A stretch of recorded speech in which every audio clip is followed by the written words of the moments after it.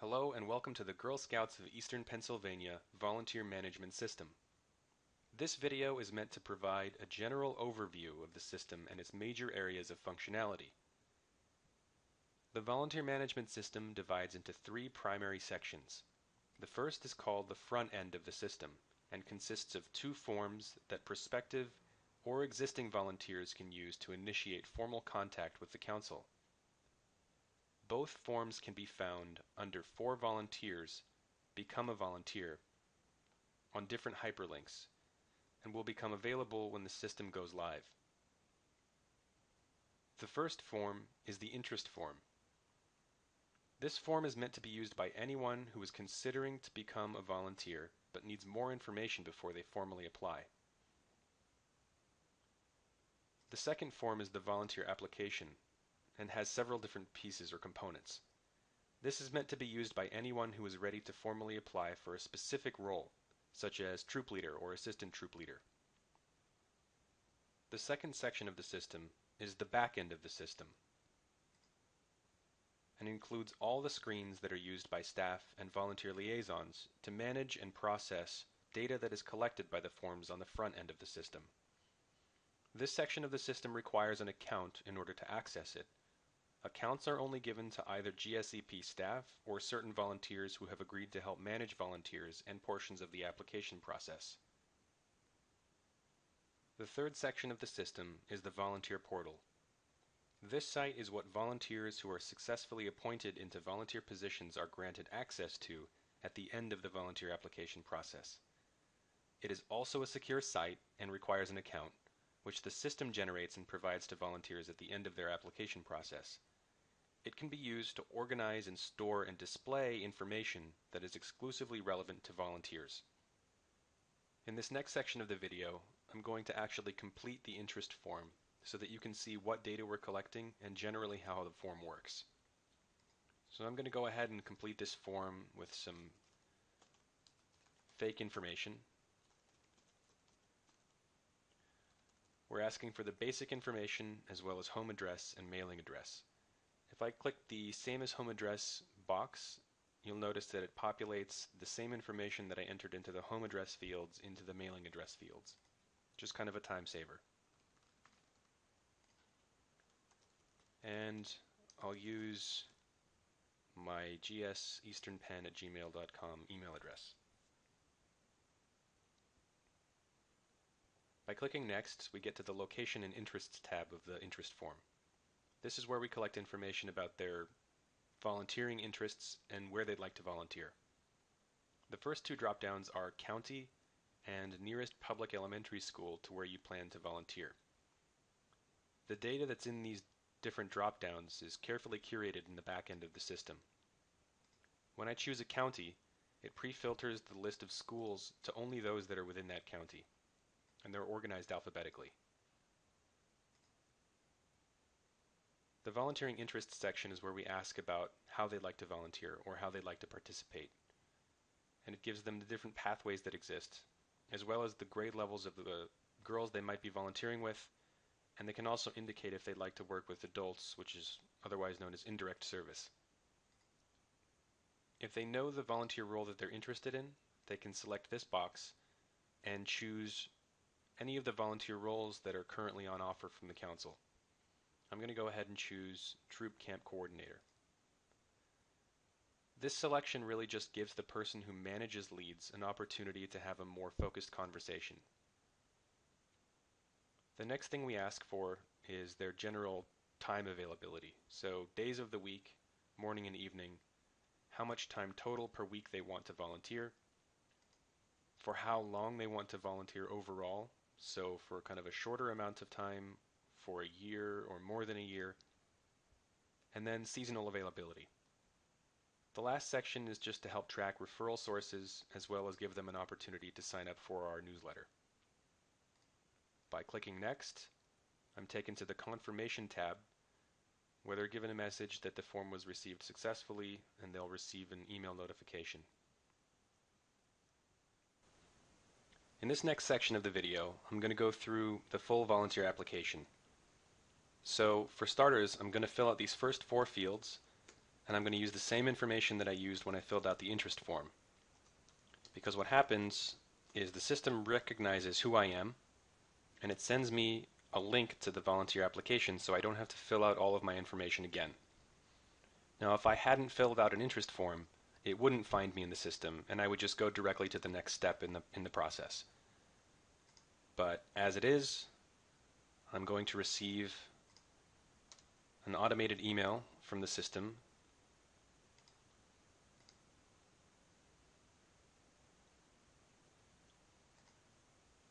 and when I click this link, I'm going to get taken to the next tab of the volunteer application with all of the stuff that I entered on the interest form already filled out for me. So you'll notice that it's got my test city, my fake primary phone number, and a few other things. There are a lot of similarities between the volunteer application and the interest form in terms of the data that we ask for. So the interest indicators are still there, whether they want to work with girls or adults, what grade levels, and in what capacity. We ask for the employment history and education, which are both new and are only on the volunteer application. We ask for Girl Scout history, so whether we are a current Girl Scout member or not, if so, for how long, with which council, and if we've had any positions with Girl Scouts. We also ask for general information, including what languages we understand and can speak comfortably, whether we've worked with or volunteered with children, and if so, in what capacity. A box to describe any special skills, talents, interests, or certifications. General availability, which was also present on the interest form.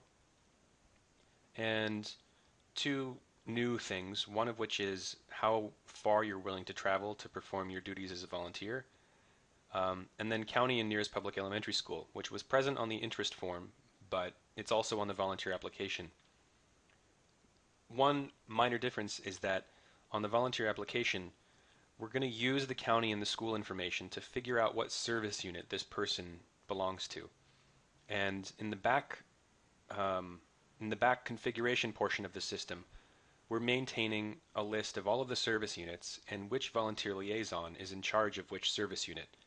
And based on which volunteer liaison is associated with which service unit, we route the volunteer to that volunteer liaison for different pieces of the volunteer application process.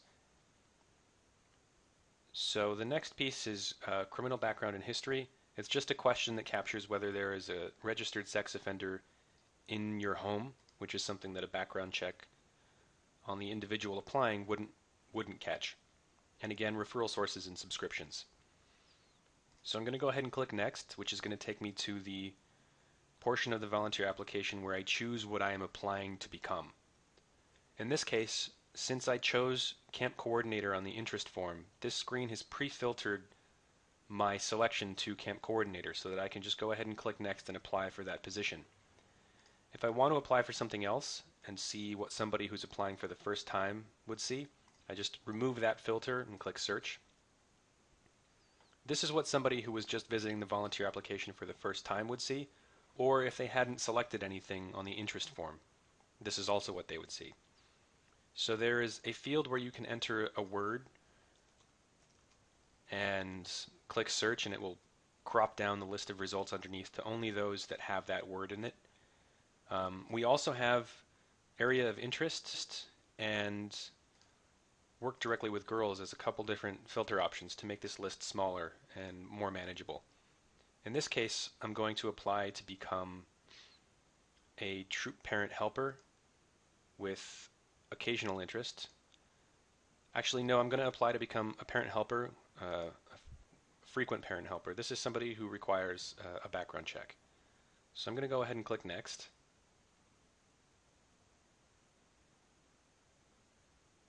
This is going to take me to a confirmation screen that will contain a link to the background check website. Simultaneously, I'm going to receive an automated system email with that same link. So this is the first step in the volunteer application process, which includes, depending on what you apply for, several different components. The first is always the application. Depending on the role, the second is the background check. And then there's an interview, and membership confirmation, and then placement in a position. But for purposes of this demonstration, I'm just going to end with this step.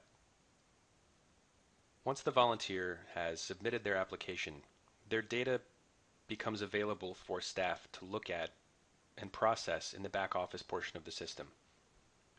Since the workflow can be relatively complex and variable depending on the thing the volunteer applied to become, I'm not going to go into all of the specifics. I just wanted to give the viewer an opportunity to think through where the data goes and generally how it's managed. There are several different items here on the left navigation that break down what actions are performed and generally how the system is organized. Council data management gives the council an opportunity to maintain all of the things that need to be in place in order for the system to function properly. An example would be the data that shows up in the drop-downs for county and school, and the corresponding list of service units that each of those schools and counties relate to. Lead management is the place where people who fill out the interest forms data is managed. People search is a way for staff to look for different people based on different criteria.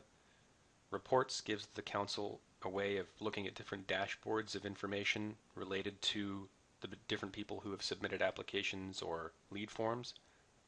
And the volunteer application workflow section of the back office system is where the different steps in the sequential workflow that people go through when they apply actually takes place.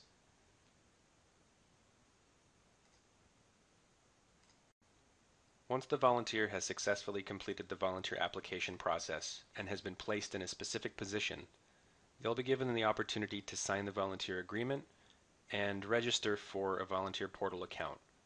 This happens on a couple of screens that the volunteer interacts with by way of receiving links in their email once the volunteer application workflow has been completed, and they'll be emailed their volunteer portal user ID and password, which they can then use to log into the volunteer portal and begin consuming content that has been curated for them by the council staff. Once they've gained access to the portal, there is no further need to apply to become a volunteer, and the council will maintain the results of their background check for a 3-year period. After that period is expired, if they apply for an additional position from within the portal, if their background check result is still valid and the thing that they apply to become requires a background check, the system will see that their background check result is still valid and skip that step in the workflow for them. However, if after 3 years and their background check result has expired, they come to the system to apply for an additional role, and that role requires a background check, the system will see that the background check result has expired and incorporate that step into the workflow for that particular application. This concludes the overview for the Girl Scouts of Eastern Pennsylvania Volunteer Management System. Thanks a lot for watching, and happy Girl Scouting.